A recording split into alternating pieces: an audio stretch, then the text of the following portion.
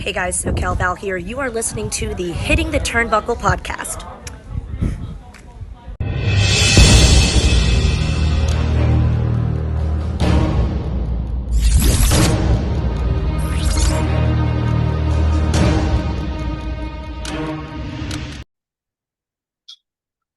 Welcome everybody back to the Hitting the Turnbuckle podcast. It is Smackdown review day. I am your host, Adam Cousins, and I am joined once again by the problem child of the group, Dave Robertson. Dave, you have still managed to make my girlfriend jealous by meeting Dan Maloney the other day, but how are you other than that? Good friends, me and Dan, and Dan's mom, Bev. Got to meet her as well. She's a lovely lady as well. Sorry, Rach. Unbelievable. Lucky she's not here as we are filming this on a Tuesday afternoon. The weather is cooler. Thank God we're not basking in some bad heat now. It's a lot cooler today, thank God. But we are talking all things SmackDown. Dave, as we're talking on a Tuesday, Monday Night Raw has just finished. We do a review on that. But I just wanted to get your quick thoughts. That was the last SmackDown and the last Monday Night Raw under Vince McMahon's full ownership of the WWE before the completion of the transaction with Endeavor, which is likely to be completed on the 12th of September, which is today at the point of filming. Was there sort of a bit of, end of an era type feel, do you think, or is it just gonna keep on rolling? I don't think there'll be too many changes on screen for a while. I think with Triple H running creative, I don't think there'll be a noticeable difference to the product. I think long term, they'll start implementing changes. But all any kind of job changes and stuff like that, I think that's all going to happen backstage because they're going to have to integrate their own system, aren't they? And they've got their own people in, so that might mean that some WWE people are out because they don't want to have two people doing the same role. Mm-hmm. But yeah, in terms of the on-screen product, I don't think it's going to be a noticeable change for a while. No, me either. It was just a thought. I remember I tweeted the group, or I texted the group last night to say that. I also texted the group with a story. Again, doesn't affect SmackDown, but it does affect Raw, or it did affect Raw. The story of an intoxicated Riddle at JFK Airport, he was saying he was sexually assaulted by a member of the staff, and he was going off on the fact that I'm on WWE wrestler, I shouldn't be treated like this, blah blah blah.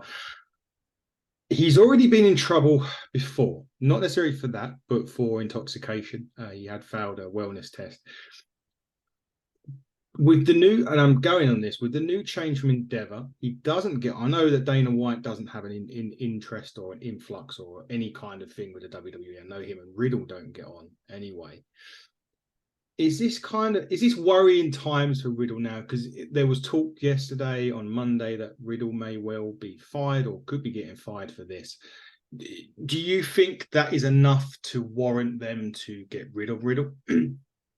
I would like to think they'd give him more of a chance than that. He's obviously got some stuff going on in his life that he's perhaps not dealing with. I think he's separated from his wife, and all that was mentioned on screen.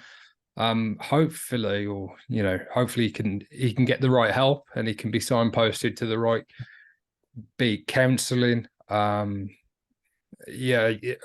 think first and foremost they've got to support their employee. But if he keeps doing the same thing time and time again, and he doesn't learn the lesson and he doesn't get the help that he needs, then it wouldn't surprise me if he's future endeavored by Endeavor. Wow, that's another one. And lastly, before we get into SmackDown, I did send a message to the group, and I was wrong. Apparently, LA Knight had signed a 5-year deal with WWE. They haven't, and they are very far apart on the cold hard dollar of this. Is this going to derail LA Knight's push short term, or do you think the longer it goes on, the longer it will affect the push of LA Knight? Yeah, I suppose it would be the ultimate payoff. I think they'd be mad to do anything drastic at this stage because he's so phenomenally over and shifting merchandise left, right, and centre. So they wouldn't want to hurt themselves. But if he's not going to put pen to paper, I don't know when his deal ends. I think about a year or so. The fact they're talking would indicate at least maximum, I'd say, a year, but maybe less because they're talking now, aren't they? So So the challenge for LA Knight really is to make sure he's not just the flavour of the month, and I don't think he is. I think he's a really talented performer, and I think he's got real longevity within him. He's not a flash in the pan, and he's going to prove that over the months and years. But I suppose from their point, it's unproven, and they may want, before they committed to the kind of money that he's perhaps expecting, they want to see some proof of it, that he's worthy of that kind of investment. So there'll be a bit of a stalemate. I'm sure they'll reach a compromise at some stage that works for everyone. Well, he'd certainly have a lot of suitors if it didn't work out that way. Put it that way, and perhaps Riddle would do as well if he did get released. There'd probably be companies out there that would look at it, Impact and things like that would potentially would look at him. But anyway, let's talk SmackDown. That's what we're here to do. SmackDown started off tag match: Charlotte and Shotzi versus Damage Control, Bailey and who is it? Io Sky. Io Sky, champ. Tuesday. Dakota Kai was at ringside. Yeah. It was okay. The match, it didn't do enough. It didn't really do enough for me for an opener anyway. The end of the match saw Oscar come from behind on Dakota and nick the title belt briefly, which allowed a distraction that allowed Shotzi and Charlotte to pick up the win. But Dave, this was a very underwhelming start for me for SmackDown. Yeah, it was just a bit. It's another loss as well for your champion, which, there was a distraction. And it's going to be setting this match up, Io Sky and Asuka, clearly. You know, that's what the next segment kind of set up. But I don't like, I want the champion, particularly with a new champion as well. Given the way that she won the title with a cash-in, you just want to kind of assert herself a little bit more. Yeah. So I don't want the women's world champion to be an afterthought, or I want her to be the featured star. So yeah, not the worst start, but not the greatest by any means. No, definitely not. They went backstage afterwards. Paul Heyman was talking to Jimmy Uso, basically saying, "Look, that was no one's buying the fact that you're not in the bloodline." He's got AJ Styles tonight in the main event. He said that Solo Sikoa's not here, either is Reigns. And he was saying that Jimmy needs to handle the AJ Styles business. And if he does that, then Heyman will bring the family back together. As they walked down a bit further, Heyman saw AJ Styles. That ended up with Styles grabbing him by the neck and pushing him up against the production thing. And Jimmy then basically attacks AJ Styles, shifts him away, tried to seek approval from Paul Heyman, but didn't get it at that point. So this is kind of where, it's interesting now with Jay on Raw. He's having his issues with with a lot of the roster on Raw. Jimmy's kind of trying to find a way back into the bloodline potentially. I don't know. I'm just kind of feeling it's gone a bit flat with the bloodline. I don't know about you. Oh, definitely. I think the problem that they've got is they established Jay's character so much, and that wasn't overnight. That took a long time to do. They had the initial feud with Roman, and they had all the character building stuff, and we just haven't had the same with Jimmy.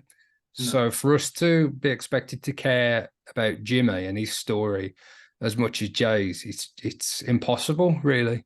They just haven't done enough. Perhaps Jimmy hasn't done enough himself.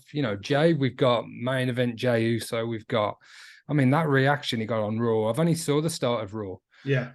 But the reaction from the crowd was phenomenal, when he came out. Yeah. Very tepid in terms of the reaction to Jimmy. And I think we're going to have this build towards WrestleMania when Jay and Jimmy go one-on-one.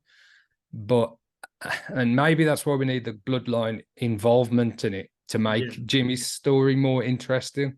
Because I feel I'm back at the minute, I'm struggling to kind of care, really. Yeah. Which then bleeds into the rest of the overall story. And you got Solo, that's the quieter one, and he was brought in by the elders, wasn't he, rather than by Roman himself. So there's only so much they can do with Solo, but Jimmy, I don't really understand who he is or what he wants. Or he was trying to stop Jay from obviously being corrupted and becoming the tribal chief.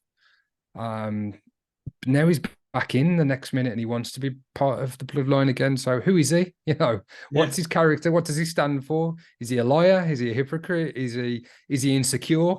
I'm not sure. I'm not sure. And I think we need a lot of focus on Jimmy's character and the build, and hopefully we'll get it. But it's just a stark comparison with how we feel about Jay and how we feel about Jimmy and the investment levels. Definitely on that. Definitely agree with you on that. The next bit, they hyped up two things that are happening. I think one is happening in 2 weeks' time, and one's happening next week. Damage Control.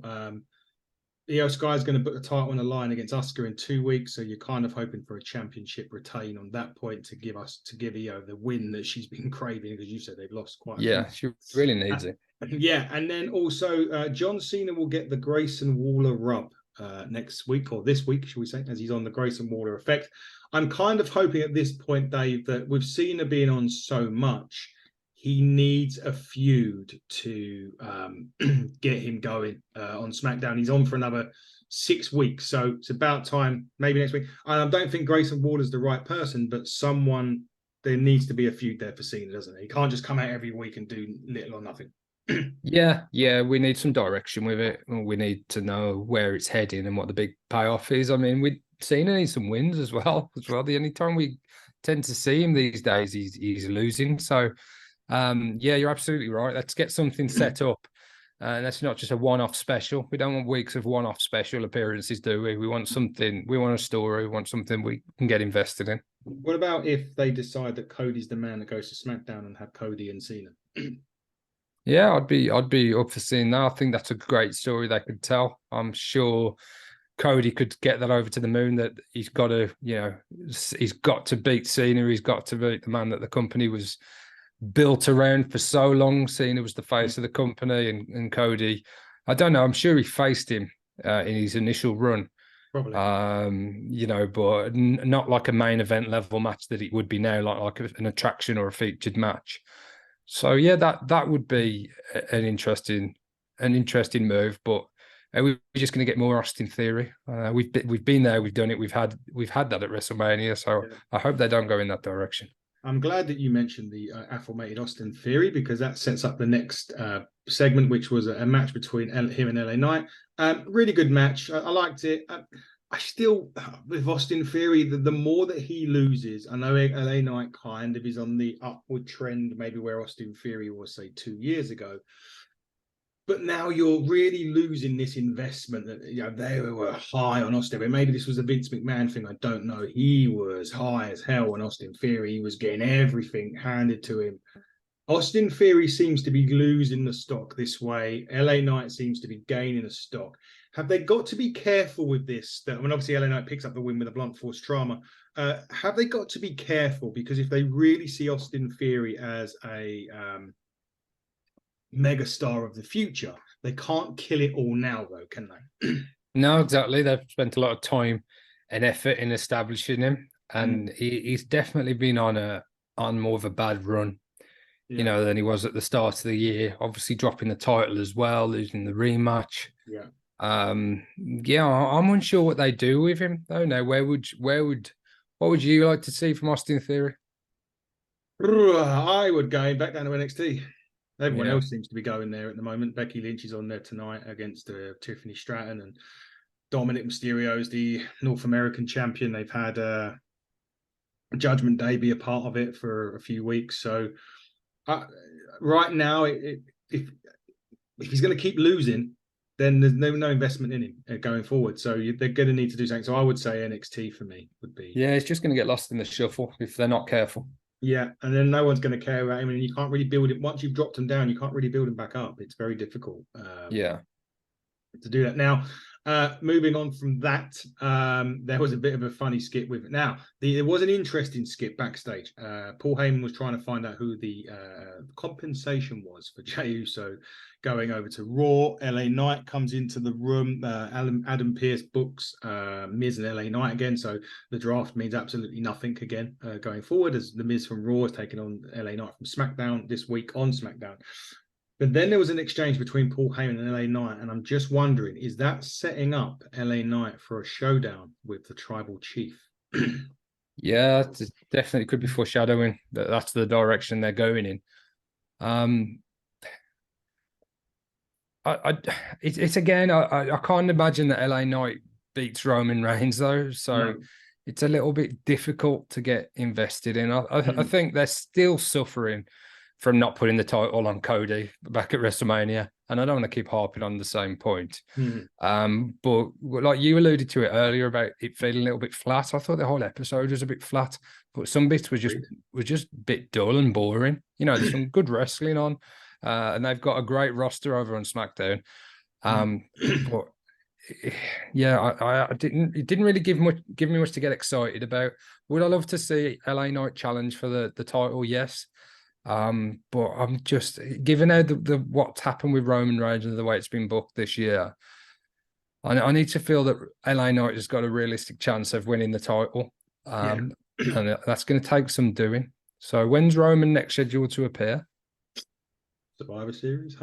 Yeah. I really don't know. Long time away before I remember there was a lot of criticism for Brock Lesnar for that championship reign a few years ago when he was just sporadically appearing, and just Roman's appearances seem to be less and less, and that just doesn't help anybody else in terms of the bloodline.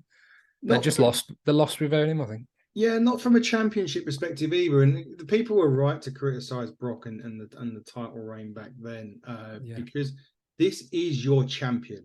This is the person that ultimately, that is the main championship on SmackDown. Obviously, you've got the United States Championship, but this is the big one. And we've now got it on Raw, where we finally got a champion on Raw after years of only having one. And I just feel like there's no, as much as this reign has been historic, and I do think there is a bit of fear in the WWE for taking that title off Roman, because they're not quite sure what to do when he's not there. And I think it's really showing on SmackDown. There is a real lack of excitement on it. And I agree with you. It has been the last few weeks that Roman hasn't been on it, even with Cena, it has just felt dull, and it's like it's missing something. I think is Roman Reigns, unfortunately.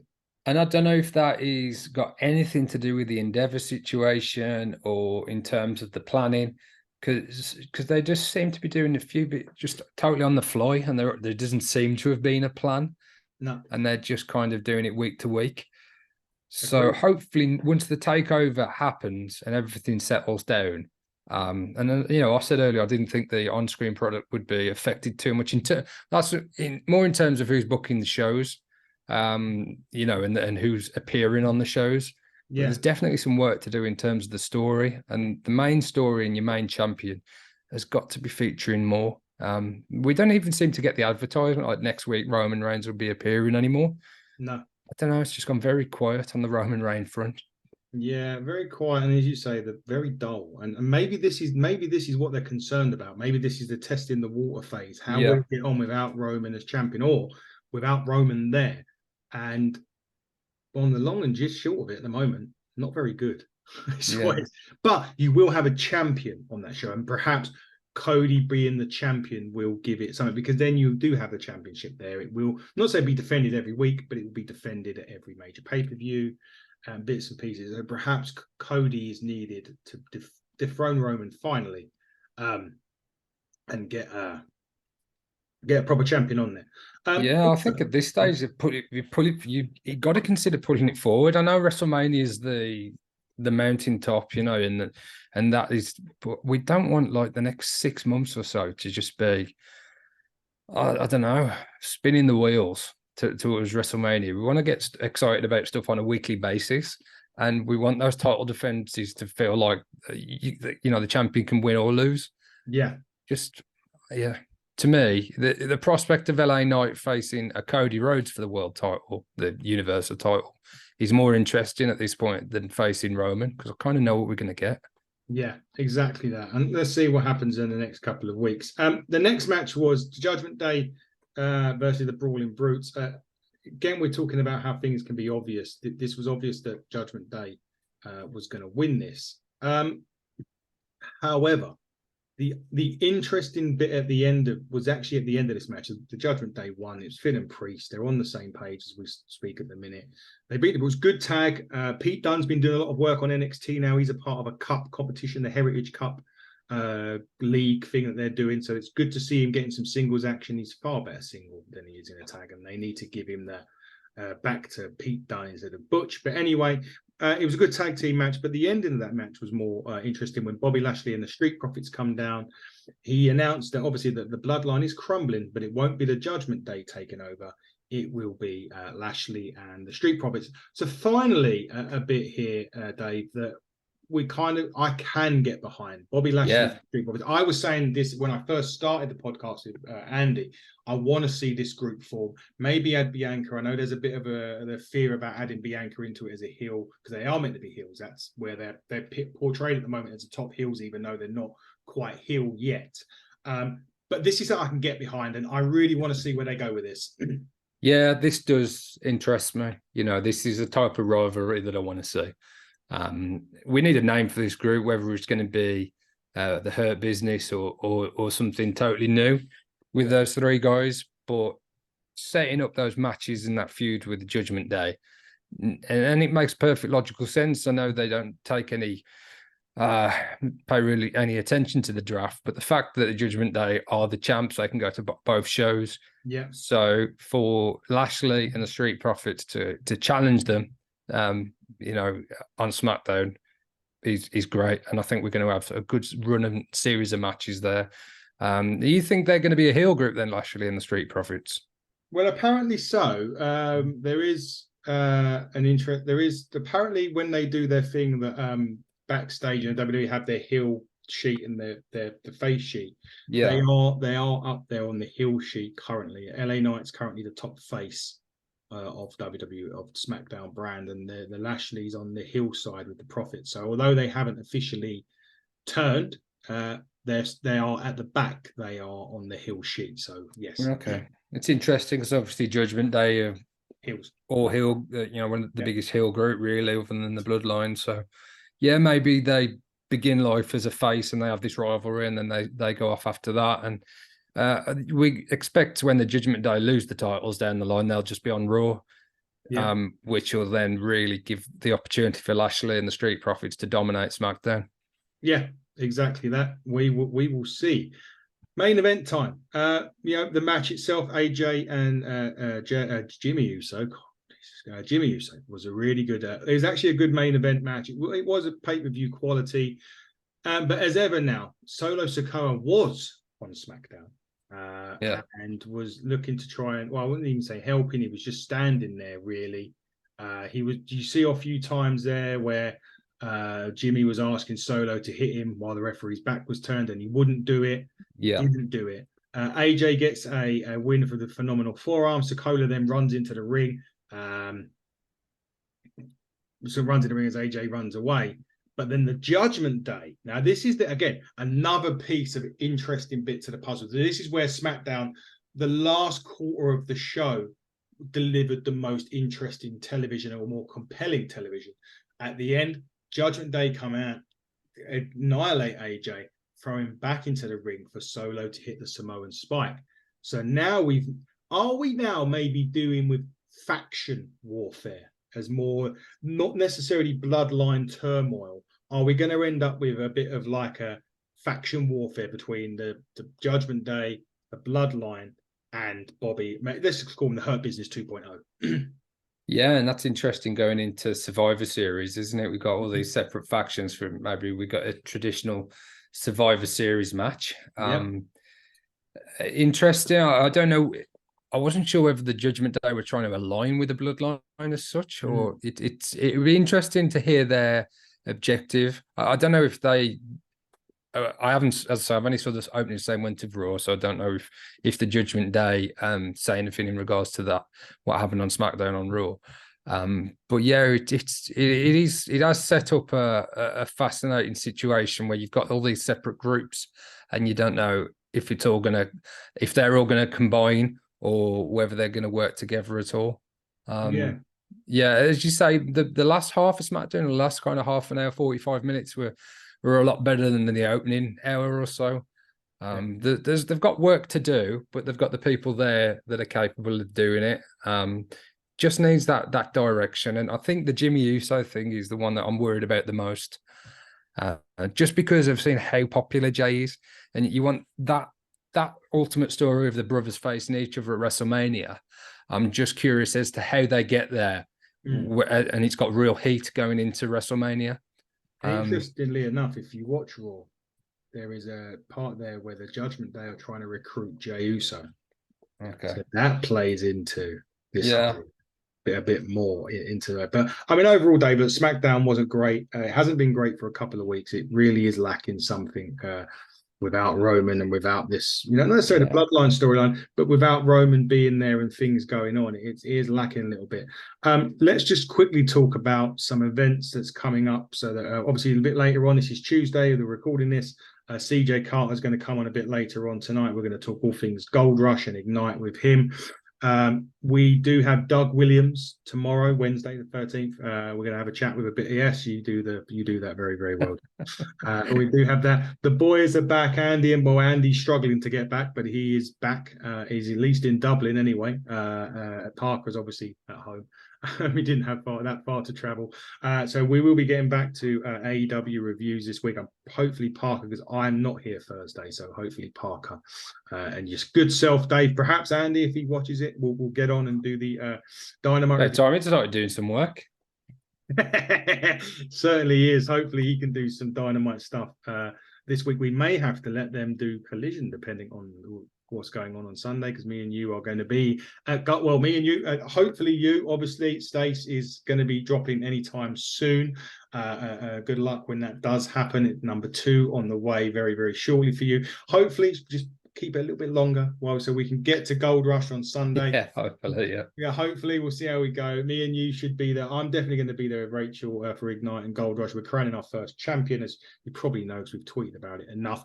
Black Country Championship Wrestling will be back on December the 8th, Dave, just for your information. That's just been announced at it's called Naughty or Nice Christmas Gimmicks 2023. So one for you to potentially attend, all things well at Christmas. Ignite have just announced Curtain Call 2 for November. The date does appear to be escaping me, so just bear with me 1 second while I get that. November the 12th, Ignite are back at Shenley Road for Curtain Call 2. Gold Rush first, though, on Sunday, but they are back, and they just announced Joe Lando will be returning to Ignite on the 12th of November. There is also RCWA Wrestling. I want to give them a big shout out and thank you. They are allowing me to attend as a guest at the end of October for their Halloween show over in Raynham. Unfortunately, Mark True is going to be there, so I have his plan. Yeah, so I've got to deal with him on Sunday. Yeah, he's a what? Then. I nearly swore then. I nearly breaks me. Mark True does. He's an irritating bloke. He's an irritating, and we've got his company on Sunday. We're going to love that. Much like I loved having heart failure a couple of weeks ago, and that's one of the reasons why you cut your hair, Dave. He pushed your hair right back the other time. Yeah, I had to cut it off after he touched it. Yeah, you didn't want to. Yeah, exactly. After he touched it. Going back to RCWA Wrestling at the end of October, we're scheduled. I'm definitely going. Rachel's definitely going. Hopefully you'll be there, and Andy at Slam Masters in October the 1st.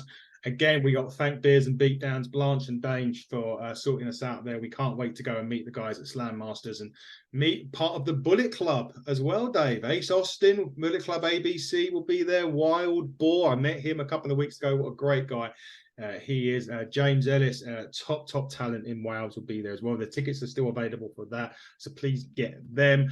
Next week, finally, as we finish up, we are talking to a former Tough Enough winner, 3-time hardcore champion. He's got a YouTube show which is going crazy at the moment.